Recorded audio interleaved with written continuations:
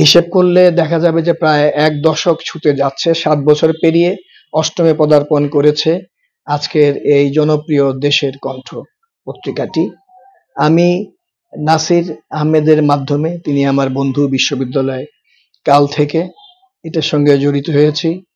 আমি দীর্ঘকাল দেশের বাইরে ছিলাম, সারা জীবন প্রায় ৩৫ বছর। নাসির ভাই আমার সঙ্গে যুক্ত ছিলেন বলে আজকে আমি নিজেকে সৌভাগ্যবান মনে করছি যে এখানে আমি যুক্ত হতে পেরেছি। আমি এই কাগজটির যে ব্যতিক্রম ধর্মী এবং উল্লেখযোগ্য দিক লক্ষ্য করেছি তা হলো যে কাগজটি ইতিমধ্যেই অনেক কাগজের ভিড়ে জনপ্রিয়তার স্পর্শ পেয়েছে।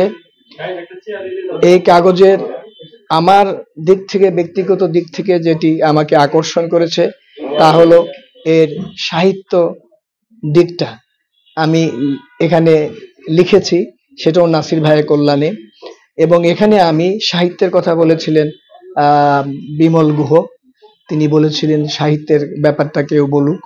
তো আমি সাহিত্যের ব্যাপারে যাব না, এটি একটি বড় পরিসর হয়ে গেছে। এইখানকার সাহিত্য যে দিকটা অত্যন্ত মানে স্পর্শ করেছে আমি বলবো। তার কারণ হলো এখানে একজন রুচি শব্দটা উল্লেখ করেছেন ডক্টর তপন বাগচি। রুচির ব্যাপারটি এখানে কাজ করেছে, কারণ একটি কবির চোখ এখানে রয়েছে। নাসির আহমেদের মতো একজন কবির চোখ, একজন গুণী সাংবাদিকের স্পর্শ এই কবিতা পেয়েছে বলে উনি অনেককেই কানেক্ট করতে পেরেছেন।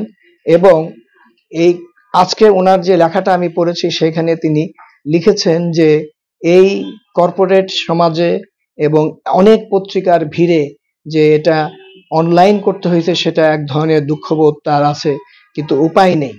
তো এই অনলাইন কাগজের ভিড়ে এবং ডিজিটালাইজেশনের ভিড়ে এই কাগজটি প্রায় প্রতিটি ক্ষেত্রেই আমার মনে হয় যে সফলতার স্বাক্ষর রেখেছে।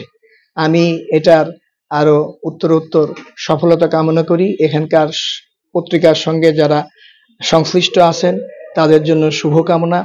আমার বারবার একটি কথা মনে হচ্ছিল, উইলিয়াম শেক্সপিয়ারের একটি কথা 18 নম্বর সনেটে ছিল যে shall I compare thee to a summer's day. Zillur Rahman সিদ্দিকীর একটি অপূর্ব বাংলা রয়েছে, তোমার তুলনা কি গ্রীষ্মের সমুজ্জ্বল দিন। আমি এই পত্রিকার সমুজ্জ্বল সম্ভাবনা কামনা করছি। ধন্যবাদ।